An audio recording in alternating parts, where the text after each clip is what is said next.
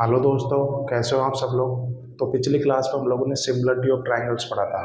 अर्थात दो त्रिभुज कब सिमिलर होते हैं, जब उन दोनों त्रिभुजों के कोई से भी दो एंगल बराबर होते हैं तो दोनों त्रिभुज सिमिलर हो जाते हैं। ठीक है, तो देखो अब हम लोग आगे करते हैं। तो अब हम लोग आज की क्लास में बहुत इंपॉर्टेंट कंसेप्ट डिस्कस करेंगे। दो थ्योरम मैं आपको बताऊंगा। पहली थेल्स थ्योरम बताऊंगा और दूसरी मिड पॉइंट थ्योरम बताऊंगा। और ये सिमिलरिटी की सबसे इंपॉर्टेंट थ्योरम्स है। ठीक है, जो आपने नाइन्थ क्लास में पढ़ा था सेम थ्योरम्स है। ठीक है, बिल्कुल हम लोग डिटेल में करेंगे और इनसे क्वेश्चन जरूर पूछा जाता है। ठीक है, अगर आपने कोई मॉक टेस्ट दिया हो या एसएससी का कोई पेपर दिया हो तो उसमें देखा होगा इन दोनों थ्योरम्स में से ढेर सारे क्वेश्चन पूछे जाते हैं। ठीक है, तो बिल्कुल आज की क्लास में हम लोग सिर्फ इन्हीं का कंसेप्ट देखेंगे और एक दो एग्जाम्पल देखेंगे। फिर कल की क्लास में हम लोग इनसे रिलेटेड जितने भी प्रीवियस ईयर क्वेश्चन थे वो सब हम लोग खत्म करेंगे। ठीक है, अब धीरे धीरे हम लोग सिमिलरिटी को आगे बढ़ा रहे हैं। तो मैं चाहता हूँ कि आगे की क्लास अटेम्प्ट करने से पहले आप पिछली चीज़ों को रिवाइज जरूर करके आया करो। ठीक है, तो मेरे साथ हेडिंग डाल लीजिएगा, Thales theorem. Thales theorem Hindi में बोलते हैं थेल्स प्रमेय। ठीक है, तो ये हमारा आज का कंसेप्ट रहने वाला। एक बार मैं देख लेता हूँ, आपको दिखाई दे रहा है? बिल्कुल परफेक्ट है। तो ये थेल्स थ्योरम वही है जो आपने 9वीं क्लास में पढ़ी थी। ठीक है, बिल्कुल ध्यान से देखेंगे। पहले मैं इसका आपको कंसेप्ट बताऊंगा, फिर इसका प्रूफ बताऊंगा, फिर उसके बाद में एक दो एग्जाम्पल कराऊंगा। ठीक है, तब जाके ये आपकी खत्म होगी। तो बिल्कुल ध्यान से देखना और इतने डिटेल में कराऊंगा कि आपको सारी चीज़ें बिल्कुल समझ में आ जाएगी। ठीक है, बिल्कुल पेशेंस बनाए रखना। तो बात करूँ थेल्स थ्योरम, देखो ये थेल्स तो एक मैथमेटिशियन थे जिन्होंने ये थ्योरम दी थी, तो उन्हीं के नाम पर इस थ्योरम का नाम रखा है थेल्स थ्योरम। ठीक है, अब मैं बात करता हूँ थेल्स थ्योरम क्या होती है, तो बिल्कुल ध्यान से देखेंगे। ठीक है, तो देखते हैं थेल्स थ्योरम। तो मैंने एक त्रिभुज बना लिया। ठीक है, ये मैंने एक त्रिभुज बना लिया, इसका नाम दे दिया त्रिभुज ABC। ठीक है, एक बार साइड में दिख रहा है कि मैं देख लेता हूँ। यस, परफेक्ट है।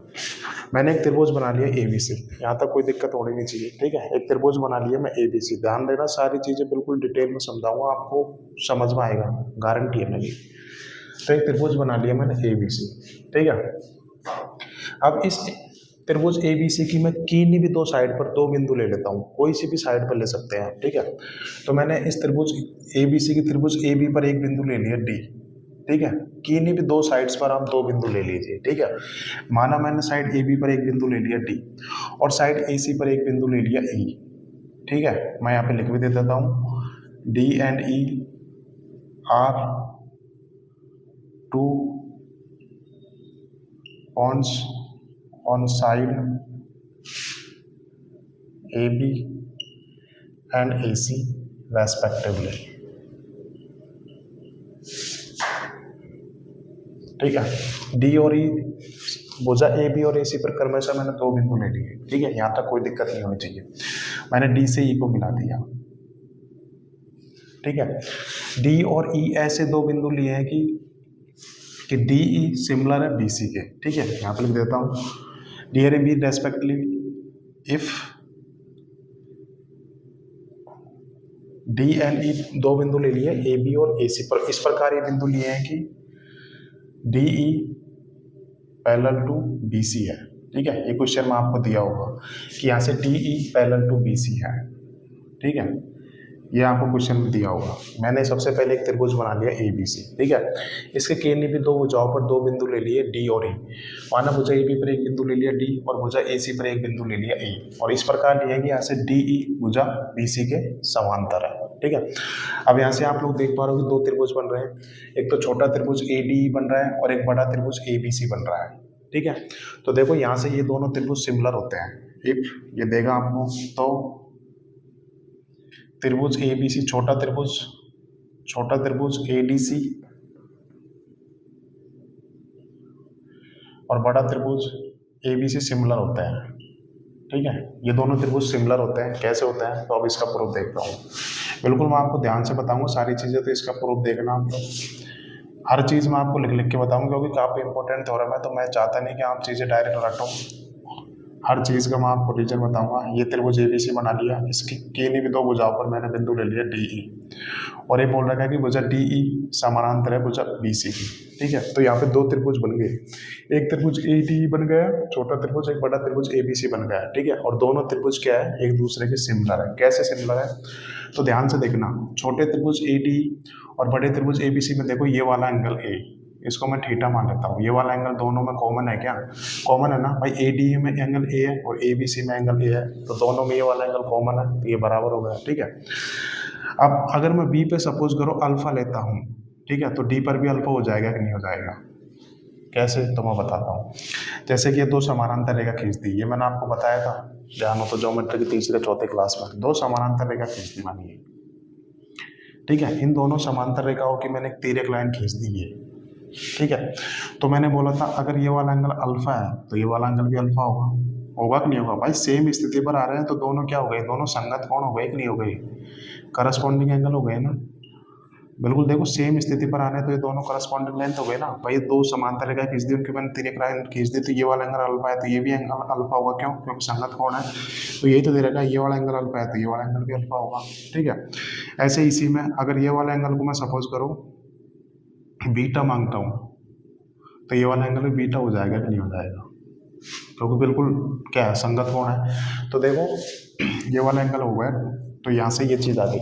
तो आप देखो यहाँ पे दोनों त्रिभुज ADE और छोटा त्रिभुज ADE और बड़ा त्रिभुज ABC में देखो तीनों एंगल बराबर हो गए।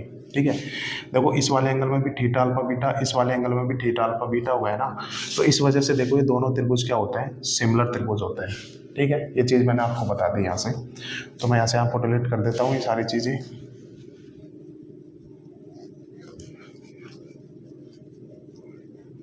ठीक है, तो ये प्रूफ हो गया यहाँ से भाई, ये वाला एंगल दोनों में कॉमन है, इसको मैं थीटा मान लेता हूँ। और अगर ये वाला एंगल अल्फा है तो ये वाला एंगल भी अल्फा होगा, संगत कोण है ना। ये वाला एंगल अगर बीटा है तो ये वाला एंगल भी बीटा होगा कि नहीं होगा। तो देखो दोनों त्रिभुज, छोटा त्रिभुज ADE और बड़ा त्रिभुज ABC में देखो तीनों एंगल बराबर हो गए कि नहीं हो गए। इसका मतलब छोटा त्रिभुज ADE और बड़ा त्रिभुज ABC सिमिलर है कि नहीं है। तो यहाँ से ये दोनों त्रिभुज कैसे हो गए, सिमिलर त्रिभुज हो गए ना यहाँ से। तो अगर दोनों त्रिभुज सिमिलर है तो इनकी संगत साइड का रेशियो बराबर होना चाहिए, यही तो बताया था। दो सिमिलर त्रिभुजों में संगत साइड का रेशियो हमेशा बराबर होता है। ठीक है, तो यहाँ पे देखो बड़े त्रिभुज में देखो, ठीक है, बड़े त्रिभुज में देखो बीटा के सामने क्या है, बीटा के सामने AD है। ठीक है, छोटे त्रिभुज में बीटा के सामने AD है, बड़े त्रिभुज में बीटा के सामने क्या है, AB है। तो ये दोनों संगत भुजाएं हुई या नहीं हुई, हो गई ना। इनका रेशियो बराबर होगा किसके, तो देखो छोटे त्रिभुज में अल्फा के सामने देखो AE, छोटे त्रिभुज में अल्फा के सामने AE है, और बड़े त्रिभुज में अल्फा के सामने क्या है, AC है। तो दोनों संगत भुजाएं हुई है नहीं, तो इनका अनुपात बराबर होगा, बराबर। तो देखो छोटे त्रिभुज में थीटा के सामने DE दे रखा है और बड़े त्रिभुज में थीटा के सामने BC दे रखा है, तो ये दोनों संगत साइड हो गई ना, तो इनका रेशियो भी बराबर होगा यहाँ से। तो क्या आ जाएगा, DE रेशियो BC हो जाएगा। ठीक है, यही होती है थेल्स थ्योरम। ठीक है, ये चीज़ यहाँ से निकल के आती है। ठीक है, तो क्या बताया था, तो थेल्स थ्योरम क्या हो गई कि अगर एक त्रिभुज की किन्हीं भी दो भुजाओं पर दो बिंदु ले लिया, ठीक है, और इस त्रिभुज में एक भुजा के समानांतर दूसरी भुजा खींचता हूँ, तो दो ट्रायंगल बनते हैं। ठीक है, दोनों ट्रायंगल आपस में कैसे होते हैं, सिमिलर ट्रायंगल्स होते हैं। तो वहाँ से सिमिलर साइड्स का रेशियो क्या होता है, बराबर होता है। ठीक है, तो देखो जो रेशियो AD से AB का होगा ना, वही रेशियो AE से AC का होगा। ठीक है, जो रेशियो AD से AB का होगा वही रेशियो AE से AC का होगा, और वही रेशियो DE से BC का होगा। यही होती है आपकी थेल्स थ्योरम होती है। ठीक है, यहाँ तक आपको कोई दिक्कत होनी नहीं चाहिए। ठीक है भाई, मैंने एक त्रिभुज ले लिया, ठीक है, इसको मिटा देता हूँ। एक त्रिभुज ले लिया मैंने ABC, इस त्रिभुज में मैंने एक समांतर भुजा खींच ली दूसरी भुजा के पैरेलल। ठीक है, तो यहाँ पे दो त्रिभुज बनेंगे, दोनों त्रिभुज कैसे होंगे, सिमिलर त्रिभुज होंगे, और सिमिलर त्रिभुज होंगे तो उनकी संगत भुजाओं का रेशियो क्या होगा, बराबर होगा। ठीक है, तो यहाँ से ये चीज निकल के आती है, यही होती है आपकी थेल्स थ्योरम होती है। भाई एक त्रिभुज में एक भुजा के समांतर दूसरी भुजा खींच दूंगा तो दो त्रिभुज बनेंगे छोटे बड़े, दोनों त्रिभुज आपस में कैसे होंगे, सिमिलर त्रिभुज होंगे, और सिमिलर त्रिभुज में संगत साइड का रेशियो हमेशा बराबर होता है। ठीक है, ये चीज यहाँ से निकल के आ गई। अब यहाँ से दूसरा कंसेप्ट क्या निकल के आता है, दूसरा ये आता है कि यहाँ से मैं बात करूँ AD रेशियो DB किसके बराबर होगा, यहाँ से AE रेशियो EC के बराबर होगा कि नहीं होगा। ठीक है। तो दूसरा कंसेप्ट ये निकल के आता है और ये बहुत इंपॉर्टेंट कंसेप्ट है, ठीक है। इसको भी मैं बॉक्स में बंद कर देता हूँ। जो रेशो लेफ्ट साइड में होगा ना वही रेशो राइट साइड में होगा, ठीक है। कैसे, तो उसका भी मैं आपको रीजन बता देता हूँ। इसको मैं मिटा देता हूँ, ठीक है। तो कैसे होगा ये, तो इसका भी मैं आपको प्रूफ बताऊंगा। देखो हर चीज़ का प्रूफ बताऊंगा क्योंकि ये बहुत इंपॉर्टेंट थ्योरम है। तो ये रेशो कैसे बराबर हुआ, तो उसका मैं एक एग्जांपल के थ्रू मैं आपको प्रूफ बताता हूँ, ठीक है। तो देखो मैंने यही त्रिभुज बना लिया, यही त्रिभुज बना लिया मैंने, त्रिभुज ABC बना लिया, ठीक है। इसकी वजह AB और AC पर दो बिंदु ले लिए मैंने, D और E, और ये बोल रहा है कि DE पैरेलल है BC के, DE पैरेलल है BC के, ठीक है। यहाँ तक कोई दिक्कत नहीं है। और ये दोनों एंगल कैसे होते हैं, सिमिलर होते हैं, क्योंकि ये वाला एंगल अगर थीटा है, दोनों एंगल में कॉमन हो गया। अगर सपोज करो ये वाला एंगल अल्फा है तो ये वाला एंगल भी अल्फा होगा, ये वाला एंगल बीटा है तो ये वाला एंगल भी बीटा होगा ना, संगत कौन हो गया यहाँ से, ठीक है। तो मैंने यहाँ से बोला कि जो रेशो AD से DB क्या है वही रेशो AE से EC क्या है, ठीक है। ये चीज़ बोली, तो ये चीज़ आई कहाँ से, तो मैं उसका भी रीजन बता देता हूँ, ठीक है। तो उसका भी आप लोग, मैं इसका प्रूफ बता देता हूँ, ठीक है। अगर सपोज करो AD लेंथ दे दी मैंने 4 यूनिट दे दी, ठीक है, यहाँ तक कोई दिक्कत नहीं होनी चाहिए। और AB लेंथ दे दी मैंने, कितनी दे दी, 9 यूनिट दे दी AB लेंथ, ठीक है। अब देखो ये दोनों ट्राइंगल सिमिलर है, तो यहाँ पे संगत साइड्स का रेशियो कितना है, 4:9 है। तो इधर भी AE और AC कितना हो जाएगा, भाई मैंने क्या बोला है क्वेश्चन में, AD और AB कितना दिया है मैंने सवाल में, 4:9 दिया है, ठीक है। तो देखो AD रेशो AB है ना, वही रेशो AE और EC का होगा ना, ये तो बताया था AD रेशो AB, तो AE रेशो EC भी यही होगा। तो AE कितनी आ जाएगी, 4 यूनिट आ जाएगी, और ए से कितनी आ जाएगी, 9 यूनिट आ जाएगी, ठीक है। यहाँ तक कोई दिक्कत नहीं है। तो देखो AD मेरे को 4 यूनिट दे रखी है, AB मेरे को 9 यूनिट दे रखी है, तो यहाँ से अगर मैं बात करूँ DB कितना आएगा, तो DB कितना आ जाएगा, 9 में से 4 गया तो 5 यूनिट नहीं आ जाएगा क्या। यहाँ भी देखो EC कितना आ जाएगा, 9 में से 4 गया तो 5 यूनिट नहीं आ जाएगा क्या। तो देखो ये रेशो बराबर है ना, AD रेशो DB, यहाँ से कितना आ रहा है, AD रेशो DB कितना आ रहा है, यहाँ से 4:5 आ रहा है, ठीक है। और यहाँ से भी देखो AE रेशो EC कितना आ रहा है, 4:5 आ रहा है ना, तो ये चीज़ यहाँ से निकल के आती है, ठीक है। तो ये आपका प्रूफ हो गया, अर्थात जो रेशो लेफ्ट हैंड साइड में होगा वही रेशो राइट हैंड साइड में होगा, ठीक है। ये होती है थेल्स थ्योरम, ठीक है। तो इसको नोट कर लीजिए, यस दिखाई दे रहा है सब कुछ। तो ये हो गई थेल्स थ्योरम। तो देखो मैंने आपको बिल्कुल बेसिक से बताया, सारी चीज़ मैंने आपको विद रीजन बताई है, ठीक है। तो मैं इसको इन शॉर्ट बता देता हूँ, थेल्स थ्योरम क्या होती है। अगर किसी भी त्रिभुज में एक भुजा के समांतर दूसरी भुजा खींचते हैं तो वहाँ पे दो त्रिभुज बनते हैं, और दोनों त्रिभुज कैसे होते हैं, सिमिलर त्रिभुज होते हैं, क्योंकि दोनों त्रिभुजों के तीनों एंगल बराबर होते हैं, ठीक है। तो वहाँ से अगर दोनों त्रिभुज सिमिलर हो गए तो उनकी संगत साइड का रेशियो बराबर होगा, ठीक है। तो ये संगत साइड का रेशियो आ गया यहाँ से, भाई जो है थीटा के सामने अगर DB है, थीटा के सामने TE है, तो यहाँ भी थीटा के सामने BC है, तो ये संगत साइड हो गई, तो इनका रेशियो बराबर होगा। फिर आगे बता दिया मैंने AD रेशियो DB बराबर AE रेशियो EC होगा, अर्थात जो रेशियो लेफ्ट हैंड साइड में बनेगा वही रेशियो राइट हैंड साइड में बनेगा। इसका भी मैंने आपको प्रूव करके बता दिया, ठीक है। यही होती है आपकी थेल्स थ्योरम, इसके अलावा इसमें कुछ भी नहीं है, ठीक है। तो यहाँ से ये चीज़ आपको समझ में आ गई होगी। तो अब मैं थेल्स थ्योरम पे आपको एक दो एग्जाम्पल करवा देता हूँ, ठीक है। उम्मीद करता हूँ आपको बिल्कुल समझ में आ गया होगा।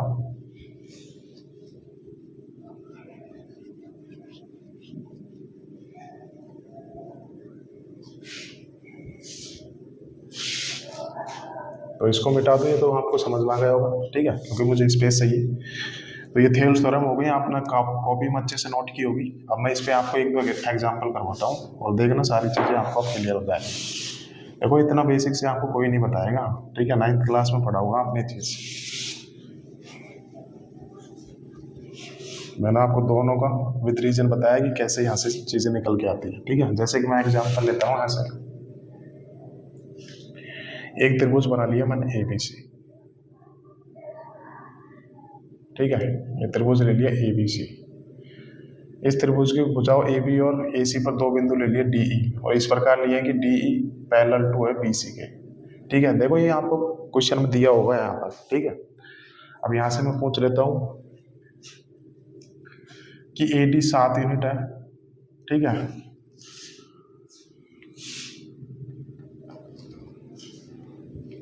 AD 5 यूनिट है,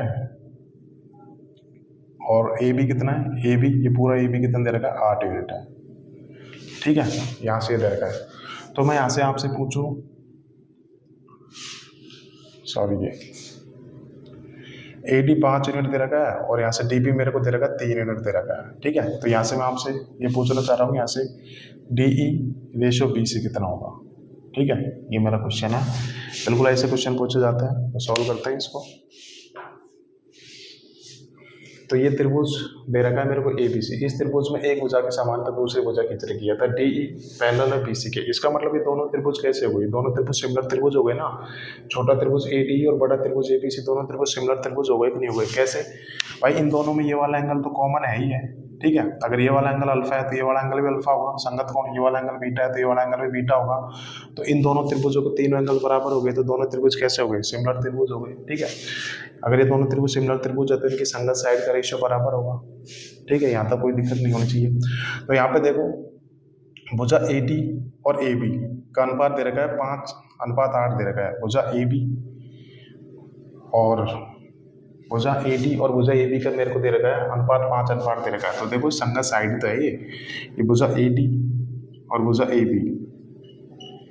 ठीक है, इनका अनुपात 5:8 तो आएगा। कैसे, देखो ये यहाँ तक 5 यूनिट है और ये यहाँ तक 3 यूनिट है, तो ये टोटल कितनी आ जाएगी, टोटल 8 यूनिट आ जाएगी, नहीं आ जाएगी। तो बात करूँ यहाँ से A D ratio A B कितना होगा, 5:8 होगा। तो ये संगत साइड है कि नहीं है भाई, संगत साइड तो है। संगत साइड का रेशियो 5:8 दे रखा है। तो अब आप देखो यहाँ पे कॉमन एंगल के सामने डी ई और ये कॉमन एंगल के सामने बी सी दे रखा है, तो दोनों ये भी तो संगत साइड है। तो यहाँ से संगत साइड का रेशियो कितना आ जाएगा, 5:8 आ जाएगा। ठीक है, तो ये मेरा उत्तर होगा भाई। यहाँ पे ये ए डी और ए बी संगत साइड है। ठीक है, और यहाँ पे डी ई और बी सी ये भी तो संगत साइड है भाई। ए डी इस एंगल के सामने ए डी और इस एंगल के सामने ए बी, ये दोनों संगत साइड है कि नहीं है। ठीक है, संगत साइड का रेशियो 5:8 है, तो डी ई और बी सी भी संगत साइड है, तो इनका रेशियो भी कितना आ जाएगा, 5:8 आ जाएगा। ठीक है, एक चीज यहाँ से पूछता है। दूसरी चीज यहाँ से क्या पूछता है, यहाँ से पूछेगा त्रिभुज ए डी ई और त्रिभुज चतुर्भुज डी ई बी सी के एरिया का क्षेत्रफल और एरिया का रेशियो यहाँ से पूछता है। ठीक है, इनके एरिया का रेशियो क्या आएगा। दूसरी चीज यहाँ से पूछता है, ये पूछता है, तो अब ये रेशियो क्या आएगा।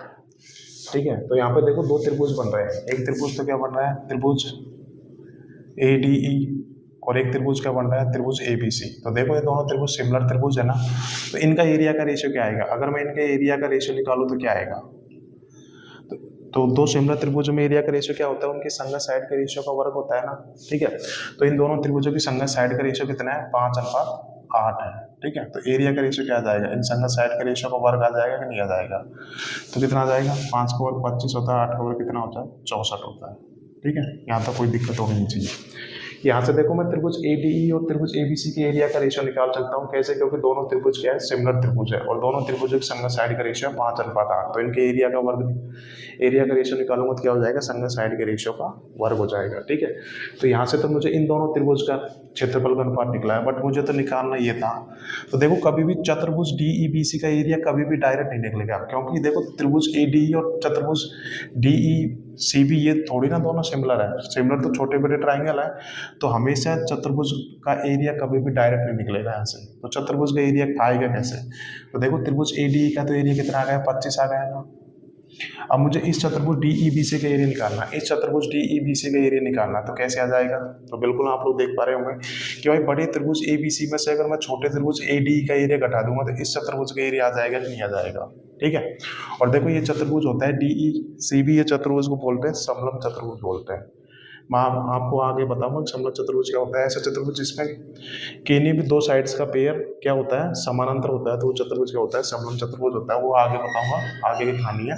अब ये देखो कि इस चतुर्भुज का एरिया कैसे आएगा, तो बड़े त्रिभुज के एरिया में से अगर मैं छोटे त्रिभुज का एरिया घटा दूंगा तो इस चतुर्भुज का एरिया आ जाएगा, नहीं आ जाएगा। ठीक है, तो कितना आ जाएगा यहाँ से, 64 में से 25 गया तो कितना आएगा, 39 आ जाएगा ना।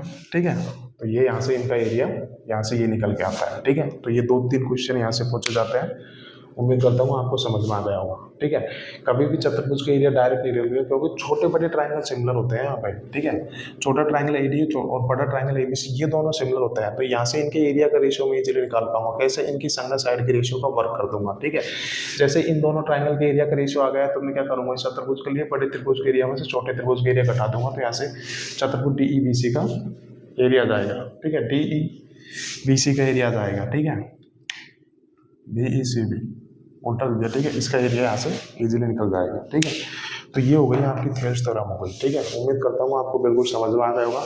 इसके 2 एग्जांपल ले लिए। अब मैं इसका कराऊंगा कन्वर्जेंशन और थेल्स थ्योरम, अर्थात थेल्स थ्योरम का उल्टा। ठीक है, अगली थ्योरम यही होगी, तब तक इसको नोट कर लीजिए आप लोग। मैं भी पानी में लेता हूँ।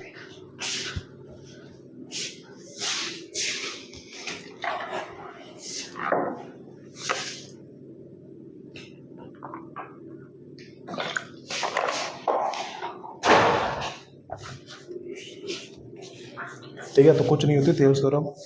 किसी त्रिभुज में एक भुजा के समांतर दूसरे भुजा खींचते हैं तो 2 त्रिभुज बनते हैं, दोनों त्रिभुज आपस में सिमिलर त्रिभुज होते हैं और वहां से संगत साइड का रेशियो बराबर होता है। ये होता है थेल्स थ्योरम, कुछ नहीं होता। और आगे बताया था जो रेशियो लेफ्ट हैंड साइड में होगा वही रेशियो राइट हैंड साइड में होगा। ठीक है, यहाँ तक कोई दिक्कत नहीं होगी। यही है आपकी थेल्स थ्योरम। ठीक है, तो अब आगे देखते हैं, अब करते हैं अगली हेडिंग देखते हैं।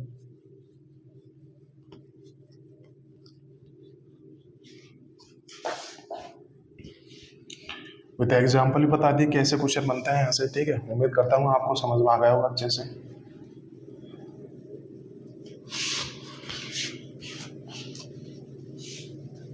मजा आया ना थेल्स थ्योरम पढ़ने का? ठीक है, अगली हेडिंग डाल लीजिए,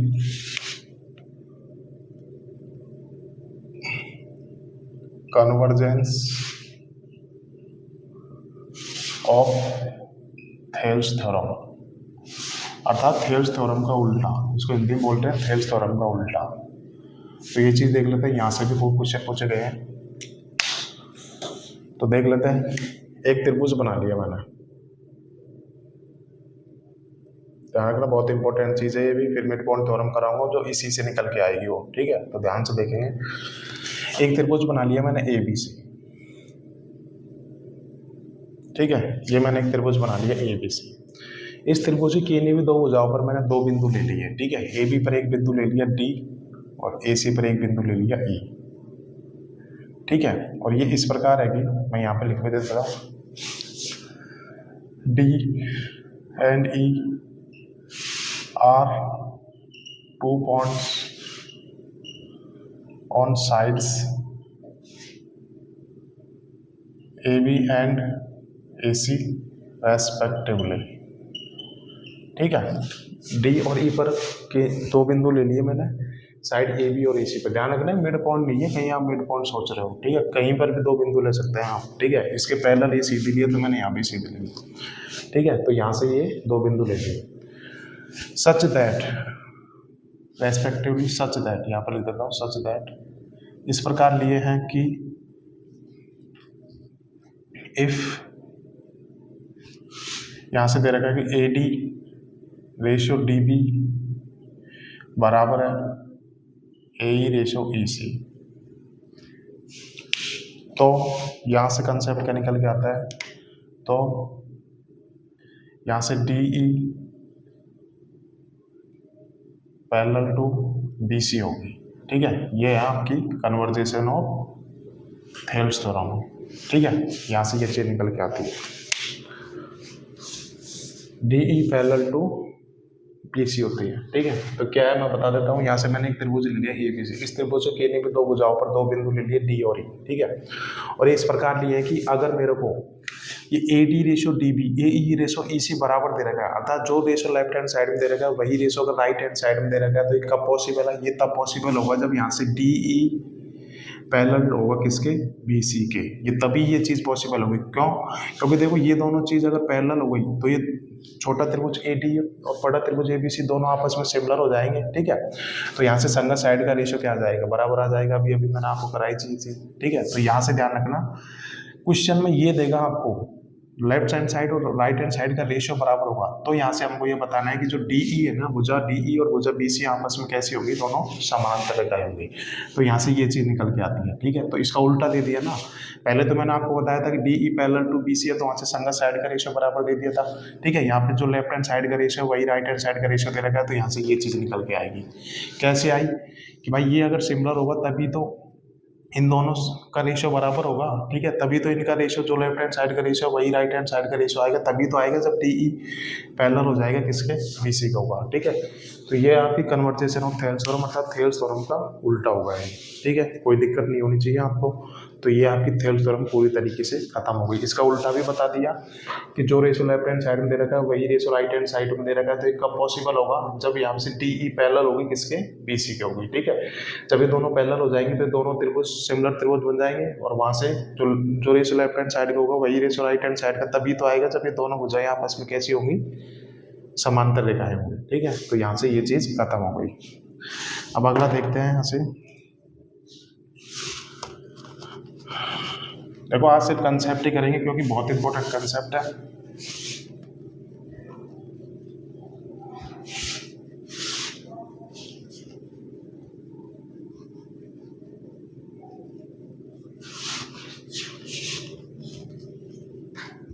अब अगला देखते हैं mid point theorem. Mid point theorem मध्य बिंदु प्रमेय। ठीक है, ये भी बहुत इंपॉर्टेंट थ्योरम है। ठीक है, ध्यान रखना ये दोनों थ्योरम ऐसी है, अब आगे ज्योमेट्री की जितनी भी क्लासेस है ना वहाँ पर कहीं ना कहीं इनका जरूरी यूज होगा। ये ज्योमेट्री एक दूसरे से कनेक्टेड है, इसी वजह से काफी स्टूडेंट को समझ में नहीं आती क्योंकि वो सारा डाटा याद नहीं रख पाते। ठीक है, तो देखो ये यही इंपॉर्टेंट नहीं है, आगे जब मैं आगे क्वेश्चन कराऊंगा इन सेंटर, सरकम सेंटर और कोई सा भी चतुर्भुज उठा लूंगा, तो जैसे क्वाड्रिलेटरल ले लिया, समलम चतुर्भुज, समचतुर्भुज, उनमें इनका भी कंसेप्ट का इस्तेमाल किया गया है। ठीक है, तो ये नहीं है कि बस यहीं पर खत्म हो जाएंगी, ये आगे पूरी ज्योमेट्री में काम आएंगी ये चीज़ें। ठीक है, सर्कल में भी काम आएंगी मिड पॉइंट थ्योरम तो।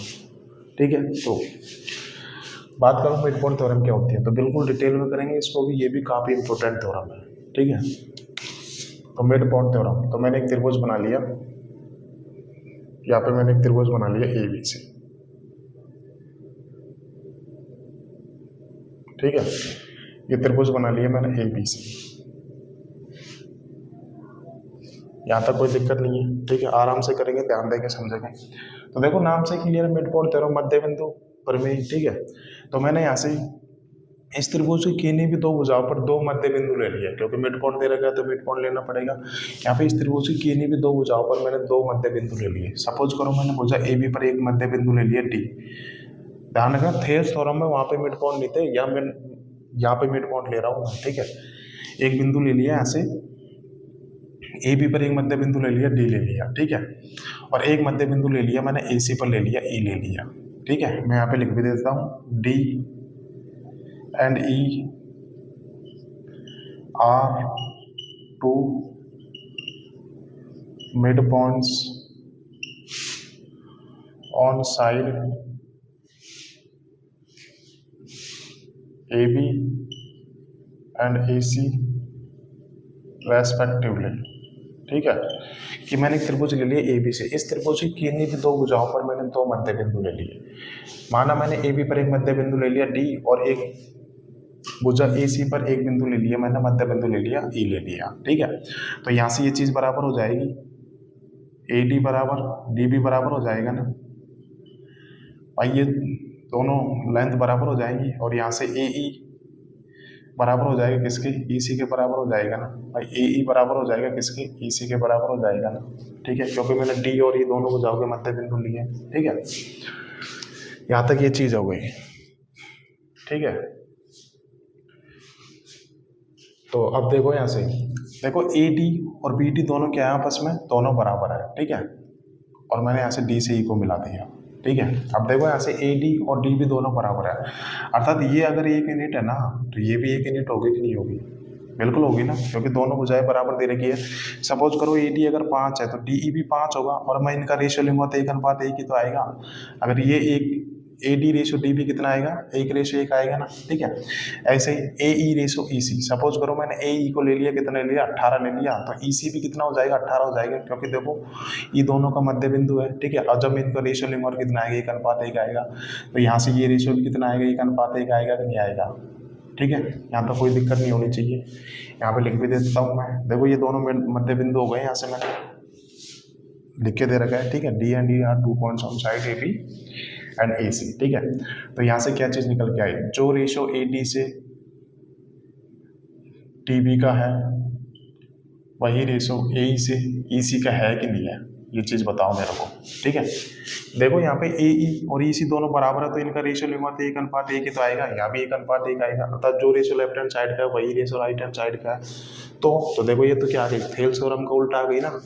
तो यहाँ से ही मैं बोल सकता हूँ, तो डी ई पैरेलल टू होगी किसके, बी सी के होगी, ठीक है। ये चीज़ यहाँ से आ गई कि नहीं आ गई, ठीक है। ये बिल्कुल अभी थेल्स थ्योरम को उल्टा बताया था, वहीं से तो ये चीज़ निकल के आई है, ठीक है। तो यहाँ से देखो मैंने, तो यहाँ से डी ई पैरेलल हो जाएगा किसके, बी सी को हो जाएगा, क्योंकि तभी तो जो रेशो लेफ्ट हैंड साइड में वही रेशो राइट हैंड साइड में तभी तो आएगा जब ये D E parallel to B C हो जाएगा। अब ये रेशो कैसे बराबर आ रहा है, क्योंकि देखो इनका मध्य बिंदु है, तो ये दोनों अनुपात बराबर होंगे, सेम ऐसे ये दोनों अनुपात बराबर होंगे, ध्यान रखना यहाँ पे अनुपात बराबर होंगे, ठीक है। यहाँ पे अनुपात बराबर होंगे, लेंथ बराबर नहीं होगी यहाँ से, ठीक है। तो ये रेशो कितना आ रहा है, यहाँ से 1:1 का आ रहा है, तो क्या हो जाएगा, यहाँ से D E ratio B C हो जाएगा कि नहीं हो जाएगा, क्या कर रहा हूँ मैं यहाँ, तो डी ई और बी सी के समांतर हो जाएंगे ना यहाँ से, ठीक है। ये चीज़ यहाँ से निकल के आई। तो इन दोनों का जो लेफ्ट हैंड साइड का रेशियो, जो राइट हैंड साइड का रेशियो कितना है, 1:1 है, ठीक है। तो यहाँ से ये चीज़ निकल के आती है। तो देखो ये दोनों भुजाएं समांतर हो गई, तो ये दोनों त्रिभुज कैसे बन गए, छोटे बड़े त्रिभुज क्या बन गए, सिमिलर त्रिभुज बन गए ना, कैसे। तो देखो इन दोनों में ये वाला एंगल तो कॉमन है, सपोज करो इसको थीटा मान लेता हूँ, अगर ये वाला एंगल अल्फा है तो ये वाला एंगल भी अल्फा हो जाएगा, क्योंकि देखो दोनों समांतर भुजाएं, उन पर ही तिर्यक रेखा खींचिए ए बी, ठीक है।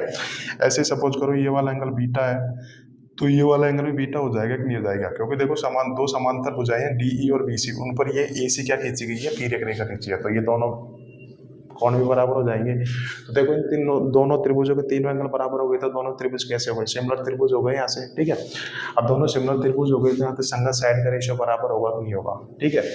तो यहाँ पे देखो बीटा के सामने कितना दे रखा है, बीटा के सामने 1 यूनिट दे रखा है, ठीक है। यहाँ पे बीटा के सामने कितना दे रखा है, ये कितना है, 1 यूनिट दे रखा है, यहाँ से यहाँ तक कितना हो जाएगा, 2 यूनिट हो जाएगा ना यहाँ से, ठीक है।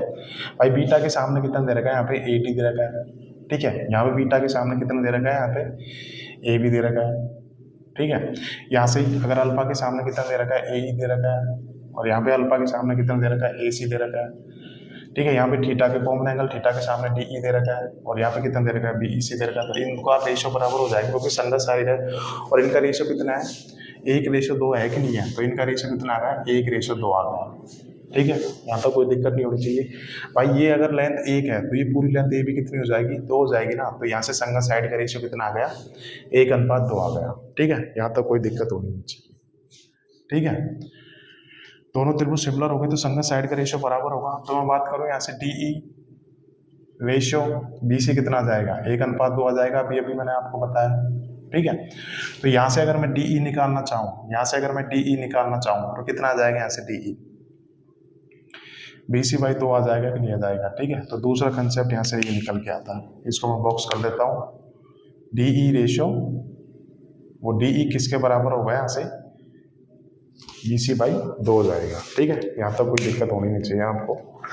तो यही होती है थेल्स थ्योरम, ठीक है। क्या होती है कि मैंने एक त्रिभुज बनाया, उस त्रिभुज की किन्हीं भी 2 भुजाओं पर 2 मध्य बिंदु ले लिए, ठीक है। तो मध्य बिंदु को मिलाने वाली लाइन तीसरी भुजा की क्या होगी, समांतर होगी, नहीं होगी। ये मध्य बिंदु को मिलाने वाली तीसरी भुजा मध्य बिंदु को मिलाने वाली लाइन डी ई तीसरी भुजा बी सी के समांतर होगी, नहीं होगी, ठीक है। तो यहाँ से दोनों त्रिभुज क्या बन जाएंगे, सिमिलर त्रिभुज बन जाएंगे। वहां से संगत साइड का रेशियो कितना होगा, 1:2 होगा, ठीक है।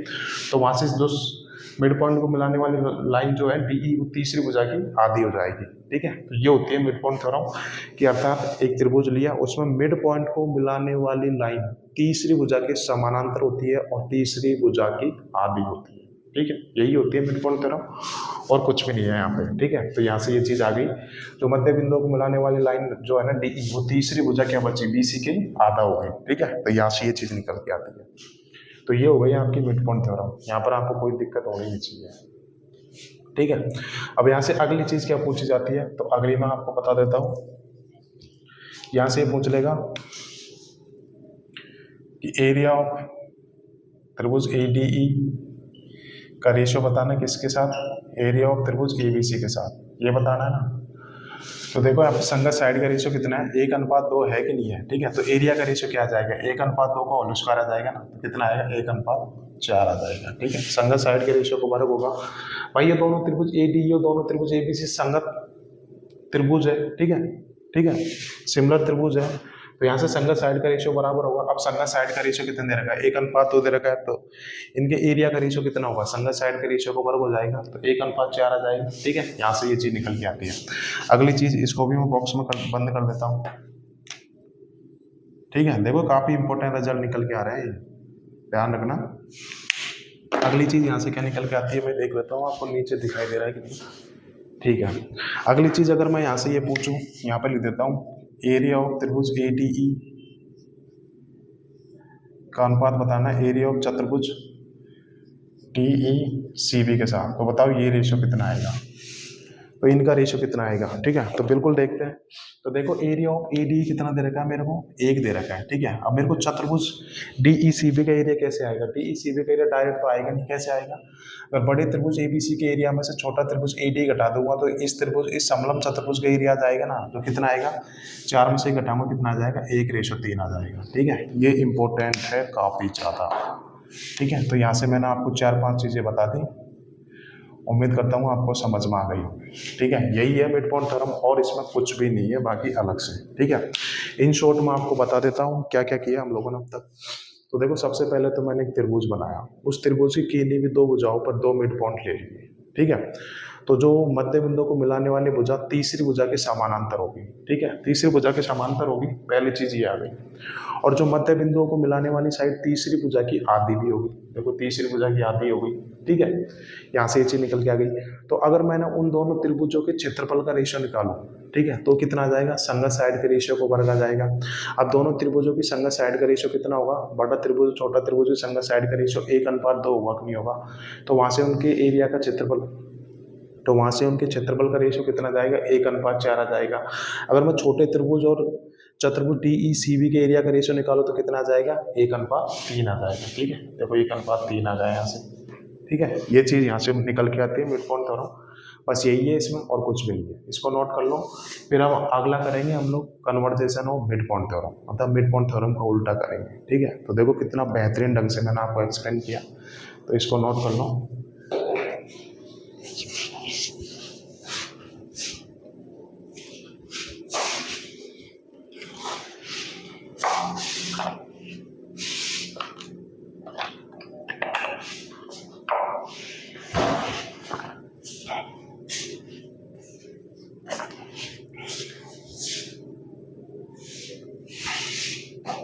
ठीक है, तो ये हो गई आपकी मिड पॉइंट थ्योरम। जैसे दोनों बिंदुओं को मिलाऊंगा ना, तो जो रेशो लेफ्ट हैंड साइड का वही रेशो राइट हैंड साइड का होगा, और वहां से मिड पॉइंट को मिलाने वाली लाइन तीसरी भुजा बीसी के क्या होगी, समांतर होगी। बाकी आगे के रिजल्ट तो आपको पता ही है, 2 सिमिलर ट्रायंगल से संगत साइड का रेशियो बराबर होता है, वहां से ऐसे एरिया का रेशियो निकाल लेगा, और 2 बिंदुओं को मिलाने वाले भुजा तीसरी भुजा की समांतर होगी, तीसरी भुजा की क्या होगी, आधी होगी। यही है मिड पॉइंट थ्योरम, और इसमें कुछ भी नहीं है, ठीक है। ये तो बल्कि थेल्स थ्योरम से भी इजी है, देखो थेल्स थ्योरम से निकल के आई ये चीज, ठीक है। अगला देख लेते हैं, लास्ट कंसेप्ट है, फिर ये खत्म हो जाएंगे, फिर हम लोग इसके क्वेश्चंस करेंगे। तो हेडिंग डाल लो आप लोग भी, convergence of mid point theorem.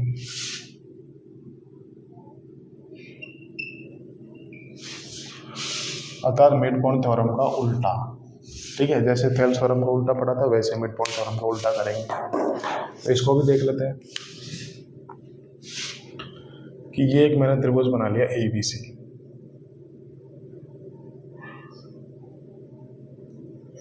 त्रिभुज ABC, ठीक है। इस त्रिभुज ए बी की इस त्रिभुज की भुजा ए बी पर मैंने एक मध्य बिंदु ले लिया, डी ले लिया।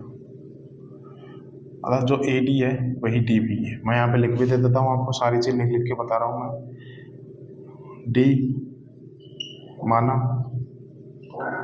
डी इज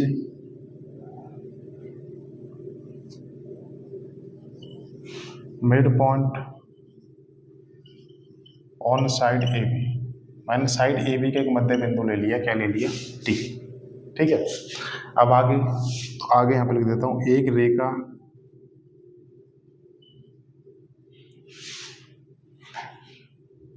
रेखा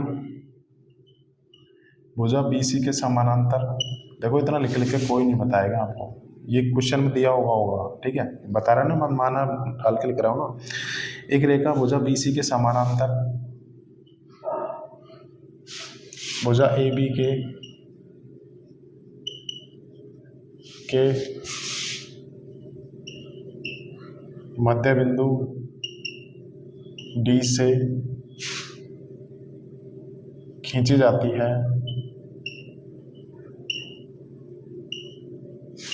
और वो भुजा AC को बिंदु E पर मिलती है।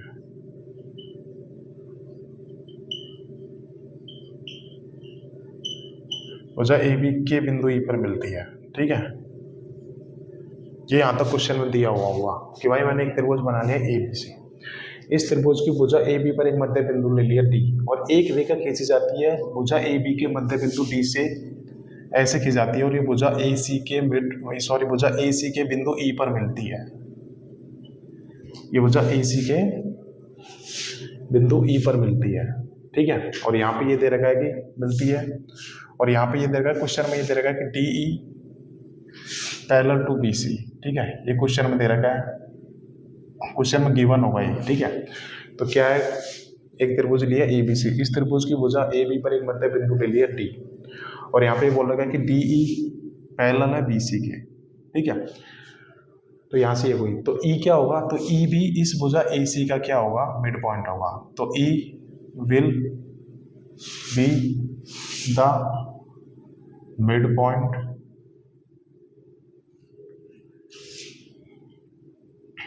will be the midpoint of side AC। तो ये इसका मध्य बिंदु होगा, यही है convergence of mid point theorem. Mid point theorem का उल्टा यही है। भाई मैंने एक त्रिभुज बना लिया ABC। ठीक है, इस त्रिभुज की भुजा AB पर एक बिंदु ले लिया D, तो D से मैंने एक पैरेलल लाइन खींच दी, भुजा BC के समांतर एक पैरेलल लाइन खींच दी, जो भुजा AB के मध्य बिंदु से भुजा AC के कोई भी बिंदु है E पर जाकर मिलती है। ठीक है, ये मैंने पैरेलल लाइन खींच दी, तो E क्या होगा, E भी एक मिड पॉइंट होगा, A भी एक मिड पॉइंट होगा। ठीक है, ये चीज यहाँ से ये बता दी मैंने कि A क्या होगा, मिड पॉइंट होगा। क्यों होगा, तो बिल्कुल मैं आपको प्रूफ करके बताऊंगा इसका। ऐसे इसका प्रूफ तो आप लोग समझ भी गए होंगे। ठीक है, ठीक है, तो इसका प्रूफ देख लेते हैं। वैसे आप लोग समझ गए होंगे इसका प्रूफ। देखो हर एक चीज का रीजन बताऊंगा आपको, बिल्कुल सारी चीजें क्लियर हो जाएंगी यहाँ से। ये मैंने एक त्रिभुज बना लिया ABC। ठीक है, ये बोला था मैंने, और मैंने भुजा AB का एक मध्य बिंदु ले लिया D, तो यहाँ से बोल सकता हूँ कि AD और DB क्या होंगे, दोनों बराबर होंगे। और बोला कि मैंने इस मध्य बिंदु से, इस भुजा AB के मध्य बिंदु से भुजा BC के पैरेलल एक रेखा खींच दी मैंने DE, जो भुजा AC के बिंदु को E पर मिलती है। तो यहाँ से क्या बोला था मैंने, EB क्या होगा, EB क्या होगा, एक मिड पॉइंट होगा कि नहीं होगा। E क्या होगा, will be the mid point of AC। E AC का एक मध्य बिंदु होगा। यहाँ से कैसे होगा, तो वो मैं चीज़ आपको बता रहा हूँ। अब देखो यहाँ से AD रेशो DB कितना होगा, 1:1 होगा कि नहीं होगा, क्योंकि दोनों भुजाएं बराबर है, तो उनका रेशो लूंगा तो कट जाएगा, तो 1:1 आ जाएगा यहाँ से। और यहाँ पे साफ साफ बोल रखा है क्वेश्चन में कि DE पैरेलल है BC के। अगर सपोज करो DE पैरेलल है BC के, तो ये तो मैंने आपको बताया था, जो रेशो लेफ्ट हैंड साइड का होगा वही रेशो राइट हैंड साइड का होगा। क्यों होगा, क्योंकि देखो इन दोनों त्रिभुजों में ये वाला एंगल तो कॉमन है कि नहीं है। ठीक है, अगर सपोज करो ये वाला एंगल अल्फा है, तो ये वाला एंगल भी अल्फा होगा, क्योंकि देखो समांतर लाइन है। ठीक है, ये दोनों देखो समांतर लाइन है, तो ये इसकी तिर्यक रेखा हो गई। ठीक है, ये देखो ये DE और BC कैसी है, समांतर लाइन है, और ये इसकी तिर्यक रेखा हो गई ना AB। ठीक है, ये हो गई। अगर सपोज करो ये वाला एंगल अल्फा है तो ये वाला एंगल भी अल्फा हो जाएगा, बिल्कुल संगत कोण हो जाएंगे ना, ठीक है। यहाँ पे डी ई पैरेलल है बी सी के, तो ये वाला एंगल अल्फा हो जाएगा। सपोज करो ये वाला एंगल बीटा है तो ये वाला एंगल भी क्या हो जाएगा, बीटा हो जाएगा कि नहीं होगा। तो देखो ये दोनों त्रिभुज कैसे बन गए, दोनों त्रिभुज सिमिलर त्रिभुज बन गए कि नहीं बन गए यहाँ पे, ठीक है। तो देखो जो रेशियो लेफ्ट हैंड साइड का होगा वही रेशियो राइट हैंड साइड का होगा कि नहीं होगा। तो ये रेशियो भी कितना होगा, 1:1 होगा कि नहीं होगा, ठीक है। क्यों, क्योंकि भुजा डी ई पैरेलल दे रखी है भुजा बी सी के, ठीक है।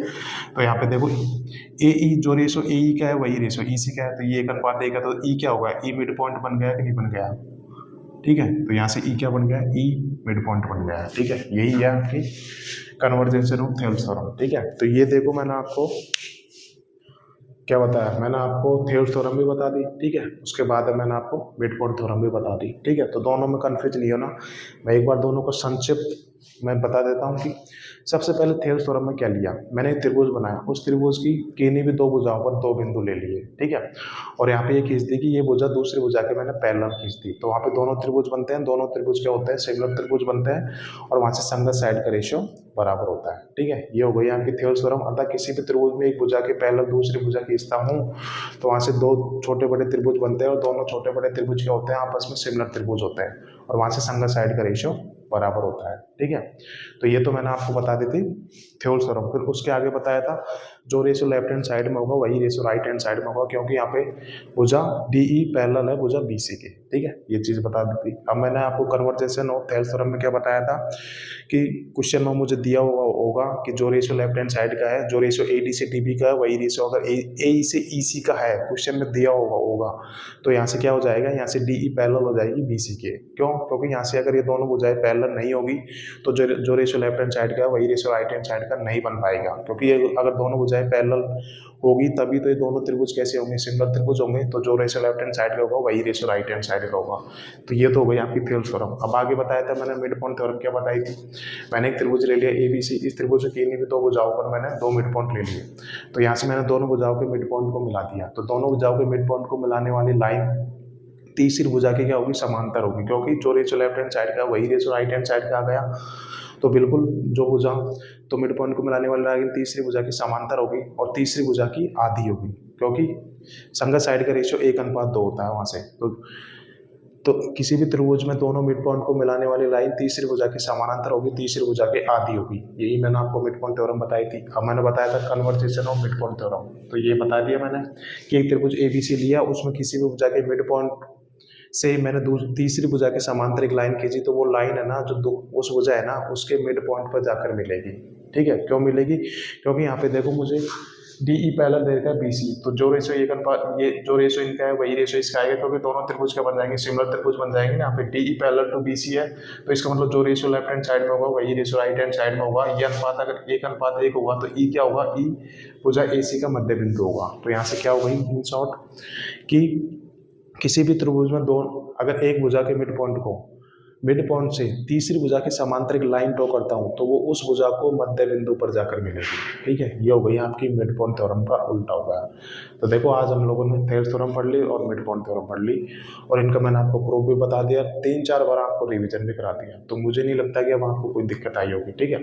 अब देखो मैं चाहता तो क्वेश्चन आज ही करवा देता, बट मैं चाहता हूँ कि आप इनका फिर से रिविजन करो, फिर उसके बाद हम लोग कल की क्लास में क्वेश्चन करेंगे, ठीक है। और अब ध्यान रखना आने वाली क्लासेस सिमिलरिटी के शानदार क्वेश्चन करेंगे, पहले इनसे रिलेटेड क्वेश्चन करेंगे, फिर सिमिलरिटी के भयंकर लेवल के क्वेश्चन करेंगे, ठीक है। तो प्लीज़ इनको आप रिवीजन करके आना, तभी आप कल क्लास समझ पाएंगे, ठीक है दोस्तों। आज के लिए इतना ही करते हैं, ओके, मिलते हैं कल, बाय एवरीवन।